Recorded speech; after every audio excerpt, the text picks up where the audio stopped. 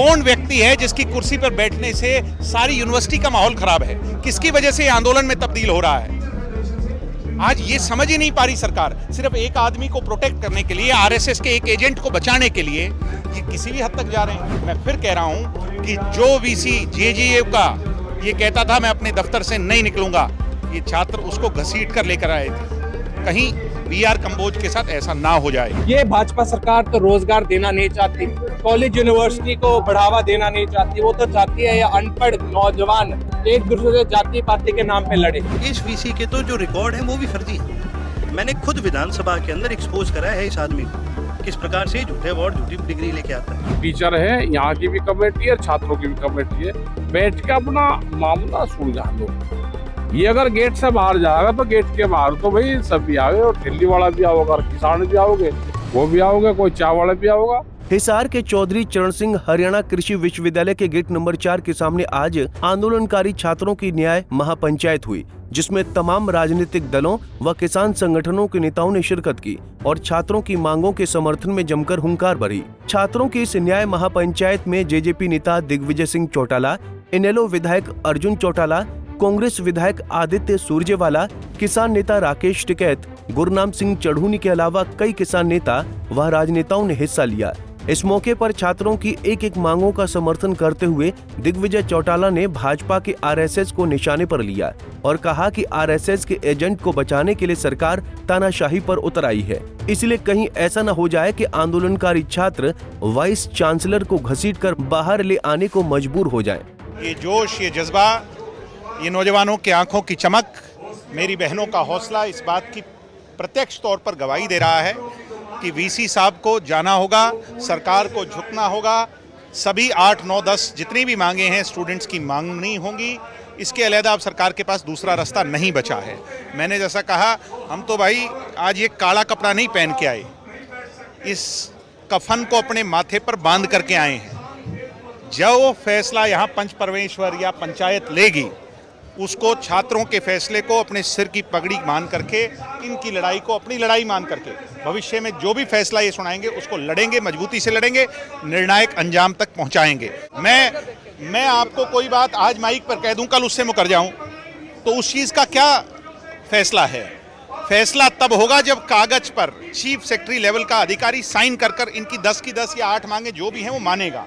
और सबसे बड़ी मांग जिससे शुरू होगी पहली पंक्ति में कि वीसी का इस्तीफा, उसके बाद तमाम मांगे इनकी मानी जाएं। बार बार मैं कह रहा हूं, सरकार इसको गोल मटोल कर करके इसे गुमराह। मंत्री डांडा कह रहे हैं कि बाकी सभी मांगे मान ली है, जो वीसी हटाने की मांग है ये इनकी नहीं है। तो किसके इशारे पर? पॉलिटिकल नहीं है, ये मुख्य मांग है। किसके इशारे पर ये घटना हुई? किसके इशारे पर इतना बड़ा कांड हो गया? किसके इशारे पर यहाँ पर अंदर इतनी असहजता है? कौन व्यक्ति है जिसकी कुर्सी पर बैठने से सारी यूनिवर्सिटी का माहौल खराब है? किसकी वजह से ये आंदोलन में तब्दील हो रहा है? आज ये समझ ही नहीं पा रही सरकार। सिर्फ एक आदमी को प्रोटेक्ट करने के लिए, आरएसएस के एक एजेंट को बचाने के लिए ये किसी भी हद तक जा रहे हैं।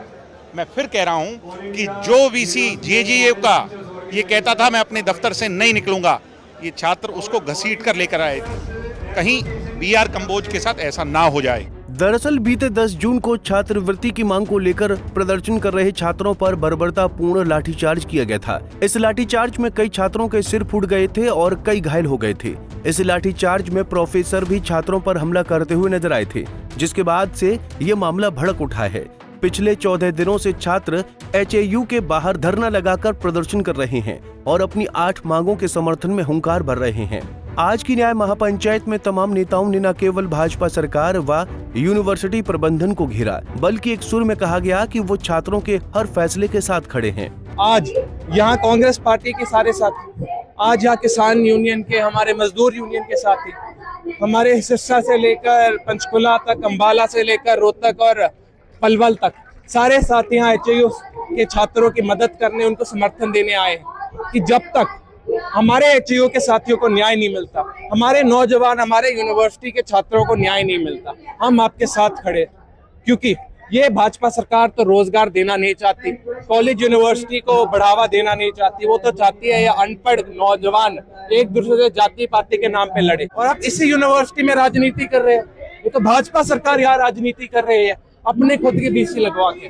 आप अगर इस यूनिवर्सिटी को बंद कर दोगे, इस यूनिवर्सिटी को एक गुंडा राज का शासन बना दोगे, जो बना ही रहे लाठी चार्ज करके, तो फिर हमारे किसान, हमारे हरियाणा, हमारे पंजाब को भविष्य आपने आज ही लिख दिया है। सरकार का रवैया तो आपको बहुत पहले से ही पता है, तानाशाह है। आप तो पत्रकार साथी हैं, हमसे ज़्यादा तो आपने देखा है किस प्रकार से दिव्या फोगाट की जब मृत्यु हुई, किस प्रकार से सरकार ने इस विषय को बचाने का काम किया। देखिए, कोई छोटी बात नहीं है जब किसी पे इतना बड़ा आरोप लग जाता है और कोई कार्रवाई भी ना हो, और बल्कि उसको बचाया जाए, तो ये डेमोक्रेसी के हित में नहीं है। अर्जुन जी, बच्चों की बातें जो है सरकार के साथ कई बैठकें हुई। शिक्षा मंत्री महिपाल डांडा का कहना है कि बच्चों की सारी मांगे जो है वो मान रहे, लेकिन वीसी को हटाने की जो मांग है वो राजनीतिक मांग है। देखिए जी, पहली बार नहीं हुआ ना कि भाई वीसी से लोग परेशान हैं। ये वीसी तो आप सभी जानते हैं कंट्रोवर्सी में रहा है, ये कोई नई चीज़ नहीं है। इस वीसी के ही आदेश, देखो वीसी ने अगर आदेश देगा तभी कोई गार्ड में या प्रोफेसर में हिम्मत आएगी ना बच्चों पे हाथ उठाने की, ऐसे नहीं आती किसी के। दूसरी बात जो एक बड़ी चीज़ आपको देखने वाली है कि इस वीसी के तो जो रिकॉर्ड हैं वो भी फर्जी है। मैंने खुद विधानसभा के अंदर एक्सपोज करा है इस आदमी को, किस प्रकार से झूठे अवार्ड, झूठी डिग्री लेके आता है।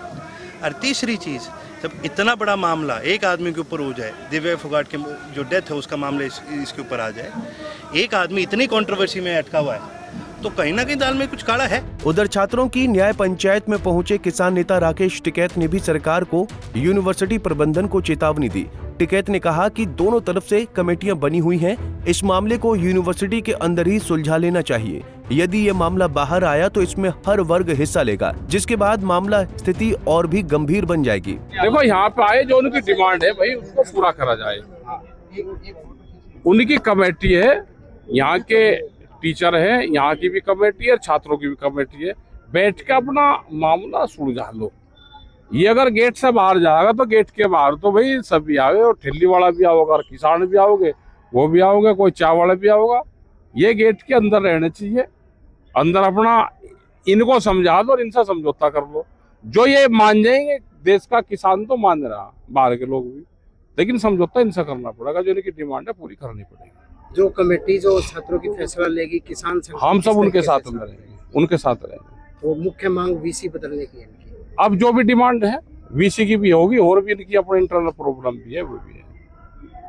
यानी आपको स्टूडेंटों का सहयोग रहेगा सर? बिल्कुल रहेगा सहयोग पूरा। देखो, जब तक स्टूडेंट ये बाहर बैठे तो बाहर वालों का समर्थन रहेगा। जिस दिन स्टूडेंट अंदर आ जाएंगे तो अंदर का फैसला ये खुद करें।